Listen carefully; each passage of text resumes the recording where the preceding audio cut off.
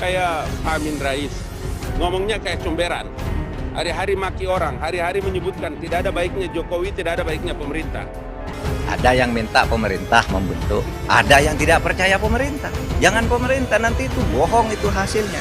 Maka waktu itu Presiden mengumumkan sesuai dengan kewenangan yang diberikan oleh undang-undang. Silakan Komnas HAM bekerja sebebas-bebasnya. Panggil siapa saja yang merasa punya pendapat dan punya bukti, yang merasa punya keyakinan.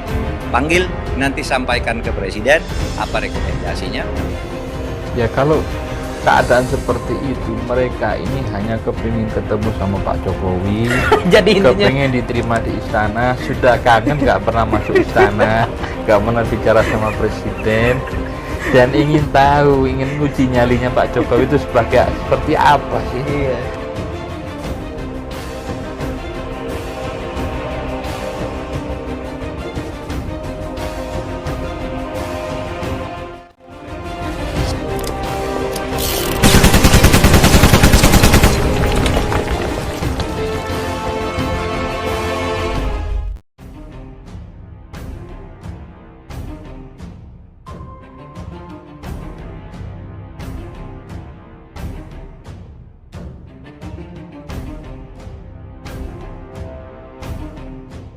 Saya mau bilang kasar nggak jadi ya.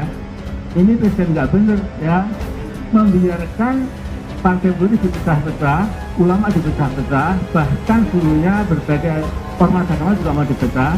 Karena itu adalah Bismillahirrahmanirrahim, saudaraku, kita insya Allah 17 April tahun ini ya, kira-kira maghrib sudah bisa syukuran ya, nah sudah ya. Kemudian insya Allah juga ini presiden baru dilantik 20 Oktober.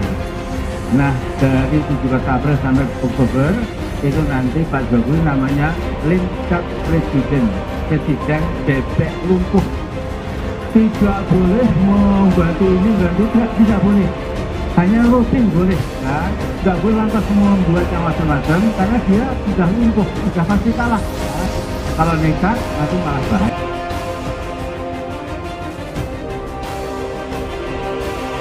Saudaraku, dari waktu ke waktu sejak Pak Jokowi dipilih kembali sebagai presiden untuk kurun waktu 20 Oktober 2019 sampai Oktober 2024, saya melihat ada aura atau mungkin wibawa dalam bahasa Indonesia yang cepat sekali merosot dari waktu ke waktu.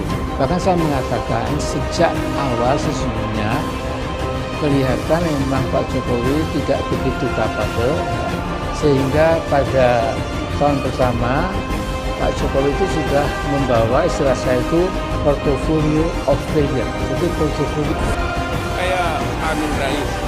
Ngomongnya kayak comberan. Hari-hari maki orang, hari-hari menyebutkan tidak ada baiknya Jokowi, tidak ada baiknya pemerintah.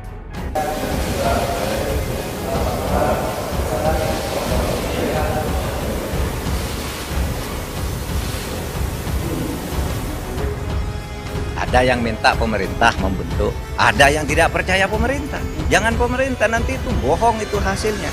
Maka waktu itu Presiden mengumumkan sesuai dengan kewenangan yang diberikan oleh undang-undang. Silakan Komnas HAM bekerja sebebas-bebasnya. Panggil siapa saja yang merasa punya pendapat dan punya bukti, yang merasa punya keyakinan. Panggil, nanti sampaikan ke Presiden apa rekomendasinya. Presiden, pemerintah sama sekali tidak ikut campur, tidak pernah minta agar Komnas HAM menyimpulkan ini, menyimpulkan itu, tidak. Kita hanya menyatakan kalau pemerintah yang membentuk lagi-lagi dituding dikooptasi, timnya orangnya pemerintah, timnya diatur oleh orang istana, timnya orang dekatnya si A, si B. Nah, oleh sebab itu kita serahkan Komnas HAM. Komnas HAM silakan nyelidiki, mau membentuk TGPF juga atas nama di bawah bendera Komnas HAM, silakan. Mana rekomendasinya kita lakukan. Ya kalau keadaan seperti itu, mereka ini hanya kepingin ketemu sama Pak Jokowi. Jadi intinya kepingin diterima di istana, sudah kangen nggak pernah masuk istana, nggak pernah bicara sama Presiden, dan ingin tahu, ingin uji nyalinya Pak Jokowi itu seperti apa sih dengan kalimat neraka jahanam. Kalau dibilang seperti itu tidak punya etika itu. Seorang tamu presiden. Dan Pak Presiden Jokowi itu sangat sabar. Diterima. Menghadapi Bapak Amin Rais itu diterima. Menghadapi Bapak Abdullah Yamaha itu diterima. Semuanya diterima, dicatat, ditanggapi. Hanya satu kalimat dari Bapak Presiden, buktikan. Nah, buktikan ini dimunculkan lagi menurut Bapak Abdullah Yamaha di media .com itu. Ada satu lagi orang berpakaian hitam, senjata laras panjang. Wes, saiki iki rakyat ora iso diapusi. Karo gelandangan politik. Sing ngapusi rakyat di gelandangan politik edan. Ya menurut saya itu Amin Rais dan TP3 apa TP3 itu kelompoknya itu yang menghadap Pak Jokowi itu cuma kepingin ngerasakan minum teh di istana berhadapan dengan presiden.